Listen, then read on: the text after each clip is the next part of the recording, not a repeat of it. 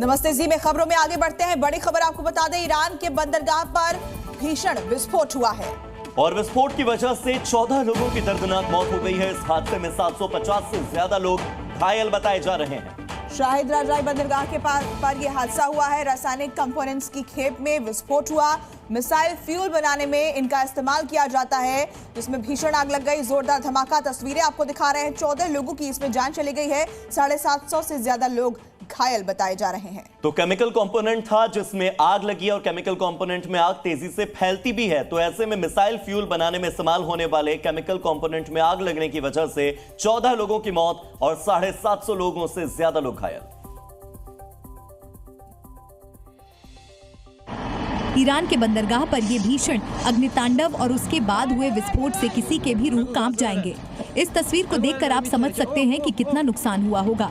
अभी तक की रिपोर्ट के मुताबिक इसमें 14 से ज्यादा लोगों की जान जा चुकी है, जबकि 750 से ज्यादा लोग घायल हुए हैं। बताया जा रहा है कि दक्षिणी ईरान के एक बंदरगाह पर ये भीषण विस्फोट हुआ। विस्फोट कथित तौर पर मिसाइल फ्यूल बनाने में इस्तेमाल होने वाले रासायनिक कंपोनेंट्स की खेप के कारण हुआ। इस हादसे पर कई देशों के राष्ट्राध्यक्षों ने दुख जताया है।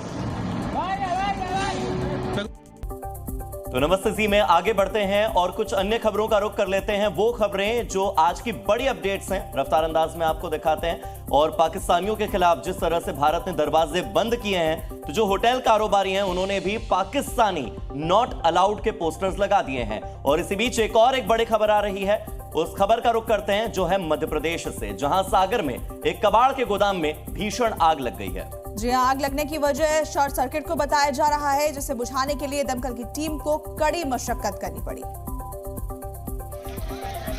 क्योंकि कबाड़ के गोदाम में लगी आग तेजी से भड़कती ही जा रही थी। भीषण आग के तांडव मचाने का जो वीडियो सामने आया, उसमें पूरा गोदाम लपटों के बीच घिरा नजर आया। चारों तरफ सिर्फ ऊंची ऊंची लपटों का ही कब्जा दिखाई दिया, जिसे देखकर ऐसा लगा मानो वहां कोई ज्वालामुखी फट गया हो। थोड़ी ही देर में आग की लपटों ने पूरे गोदाम को जला दिया। बताया गया कि गोदाम के अंदर रखा सामान जलकर राख हो गया। राहत की बात ये रही कि इतनी भीषण आग लगने के बाद भी सभी लोग सुरक्षित बच गए। जम्मू कश्मीर के पहलगाम में हुए आतंकी हमले को लेकर पूरे भारत में, पूरे देश में आक्रोश है। और वहीं बिहार में इसे लेकर पोस्टर पॉलिटिक्स शुरू हो चुकी है। आरजेडी ने पोस्टर जारी कर प्रधानमंत्री नरेंद्र मोदी और सीएम नीतीश कुमार पर हमला बोला है। और पटना में आरजेडी दफ्तर के बाहर लगाए गए इस पोस्टर में पहलगाम आतंकी हमले को लेकर प्रधानमंत्री मोदी और बिहार से सीएम नीतीश कुमार पर निशाना साधा गया है। ये पोस्टर आरजेडी की नेता संजू कोहली की तरफ से लगवाया गया है। पोस्टर में एक तरफ महागठबंधन की ओर से निकाले गए कैंडल मार्च की फोटो दिखाई दे रही है, जिसमें तेजस्वी यादव और आरजेडी के दूसरे नेता भी शामिल है। तेजस्वी यादव की कैंडल मार्च के साथ फोटो के सामने पोस्टर में लिखा है कि एक तरफ देश मातम मना रहा है, ऐसे ठीक दूसरी तरफ पीएम मोदी और सीएम नीतीश कुमार की रैली के दौरान की एक फोटो दिखाई गई है। मोदी और नीतीश की फोटो के साथ लिखा है, दूसरी तरफ रैली, जनता सब कुछ याद रखेगी।